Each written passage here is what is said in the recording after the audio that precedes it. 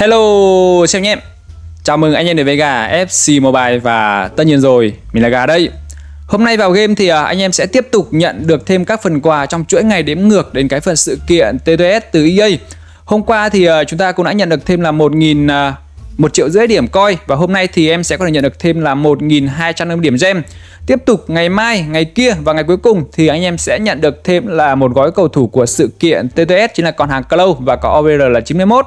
Và trong những cái phần quà này, nếu như mà anh em nào mà lỡ bấm vào trong cái phần X này, anh em chưa nhận quà thì anh em cũng có thể vào lại trong cái phần store để có thể nhận được các phần thưởng này. Và tương tự thì anh em nào mà lười vào game, anh em nào mà không có mục tiêu phấn đấu nữa rồi thì anh em cố gắng vào game trong 5 ngày tới để có thể nhận được full tất cả các phần quà của cái phần sự kiện TTS này nhé. Và liên quan đến cái phần sự kiện TTS này, theo thông báo của EA thì tối nay nhá, tối nay chúng ta sẽ có một cái buổi livestream giới thiệu sơ qua về cái phần sự kiện này, giới thiệu sơ qua về cách chơi cũng như là một vài thông tin dây dưa liên quan đến cái phần sự kiện TTS.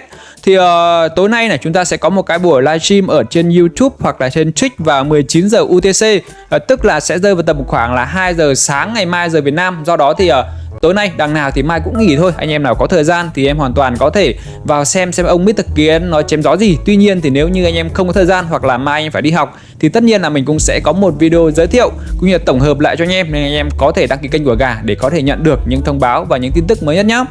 Và ngoài ra thì theo cái thông tin này của EA chắc chắn rồi, chúng ta sẽ có cái giải là Premier League, tức là cái giải của người Anh sẽ là cái chap đầu tiên trong cái phần là sự kiện TTS này.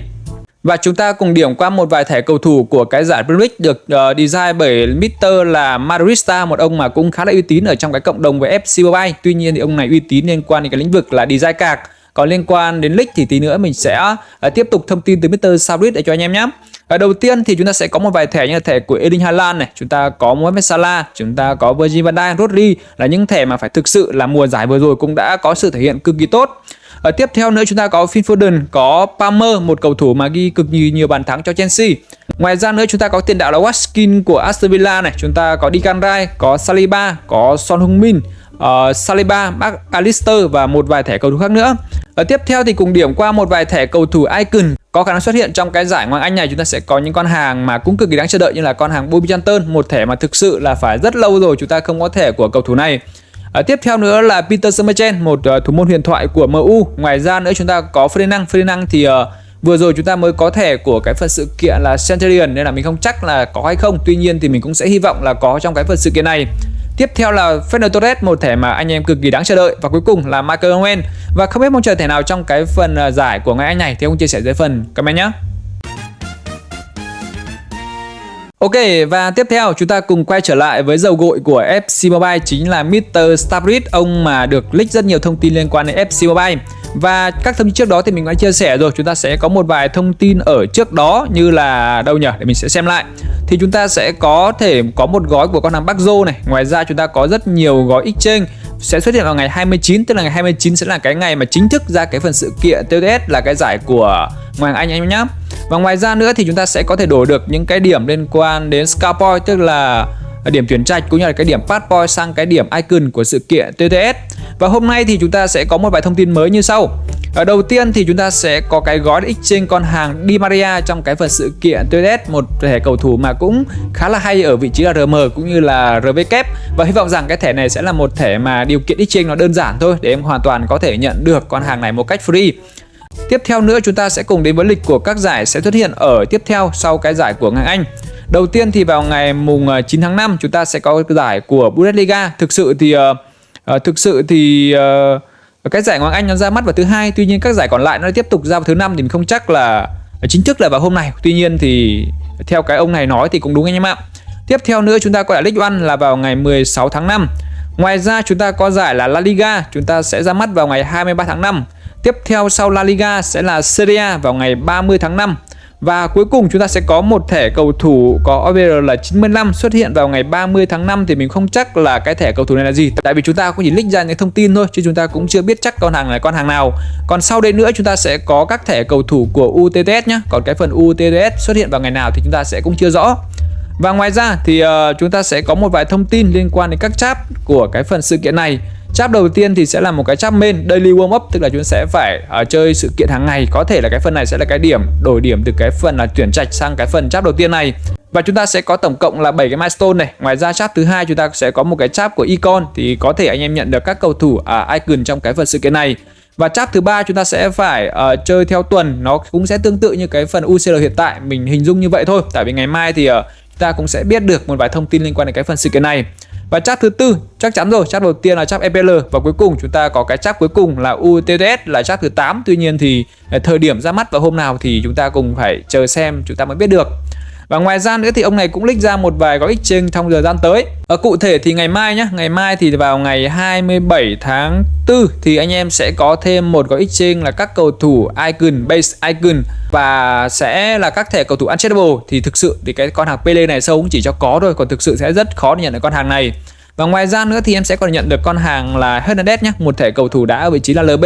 Anh em có thể hình dung cái thẻ này sẽ tương tự như con hàng là Diaz cũng như là con hàng Kim Min-jae ở trong cái exchange. Thực sự thì cái phần exchange của EA dạo này nó cũng không quá ngon. Và cuối cùng thì vào ngày 30 tháng 4, sau khi cái phần sự kiện tốt S đã ra mắt rồi thì EA vẫn cố tình chèn thêm một cái gói nữa không ngon. Đấy chính là các thẻ cầu thủ từ 93 đến 97 untradable. Do đó thì cái phần này tạm thời mình thông tin để em biết thôi, còn thực sự thì cầu thủ không ngon và anh em có thể bỏ qua cái phần thông tin này nhá. Ok, và tiếp theo chúng ta sẽ cùng điểm qua một vài thông tin dây dưa ở trong game ngày hôm nay. Đầu tiên thì chúng ta sẽ cùng đến với cái phần là bản hợp đồng bí ẩn hay là Mystery Trading. Hôm nay thì chúng ta cũng đã có thể nhận được hết tất cả các gói cầu thủ để nhận được thêm một trong hai con hàng là Osorio và con hàng thứ hai là Rodriguez. Cái phần này thì thực sự nó không quá ngon đâu, nhưng mà anh em cố gắng nhận các phần thưởng này, tại vì là cái phần quan trọng nhất chính là cái phần milestone này chúng ta nhận được thêm hai con hàng Marciano, nên là anh em cố gắng vào nốt nhá. Tại vì là thực sự trước đây mình quên nên là thiếu mất mấy con hàng là Marciano. Và tuần tiếp theo thì chúng ta cũng đã lộ ra thêm hai cầu thủ sẽ xuất hiện trong cái phần sự kiện Mystery Trading này. Đầu tiên là con hàng là Hincapie, một thẻ đá vị trí là CB và có OVR 90. Và con hàng thứ hai sẽ là con hàng là Gouri. Không biết là mình có đọc đúng không, nhưng mà nó có tên là Gouri, là một thẻ mà đã vị trí ST. Thực sự thì những cầu thủ trong cái phần này không quá ngon đâu, chúng ta nhận để làm phút cũng như là để exchange thôi. Tuy nhiên thì anh em cố gắng vào để có thể nhận được các phần thưởng trong cái phần milestone này. Và tiếp theo thì hôm qua chúng ta cũng đã có thêm cập nhật cái phần sự kiện là Hero, sự kiện anh hùng. Và trong cái chat này chúng ta có thêm một con hàng mới, chính là con hàng King Canu. Con hàng này thì hôm qua mình cũng đã chia sẻ rồi. Thực sự thì có tất cả mọi thứ liên quan đến trí tuệ, sức mạnh, nhưng mà cái phần quan trọng nhất là phần skill cũng như là cái phần chân 4 vạch thì ông này lại không có. Nhưng mà trong quá trình chờ đến cái phần sự kiện tốt S chúng ta chỉ còn khoảng 3 ngày nữa thôi. Và trong khoảng 3 ngày này anh em hoàn toàn có thể nhận được con hàng King Canu này nhá. Tại vì là cái phần nhiệm vụ này cũng khá đơn giản.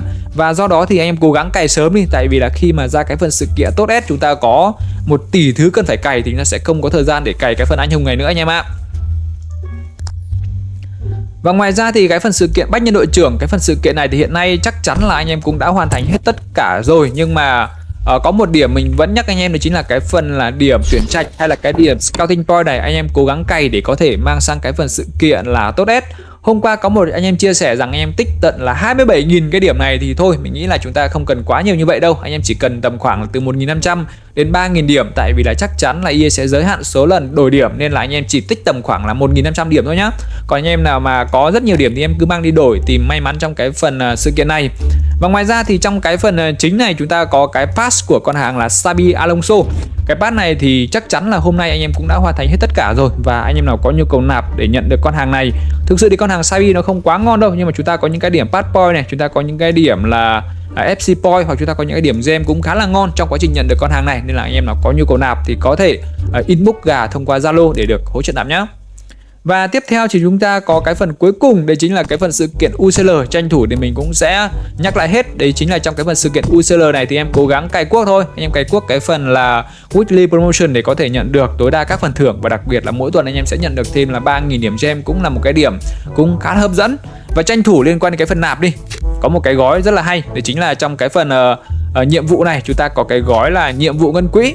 Cái phần này thì mình phải nói thật với anh em là một trong những cái gói mà nó cực kỳ đáng tiền và cực kỳ tiết kiệm.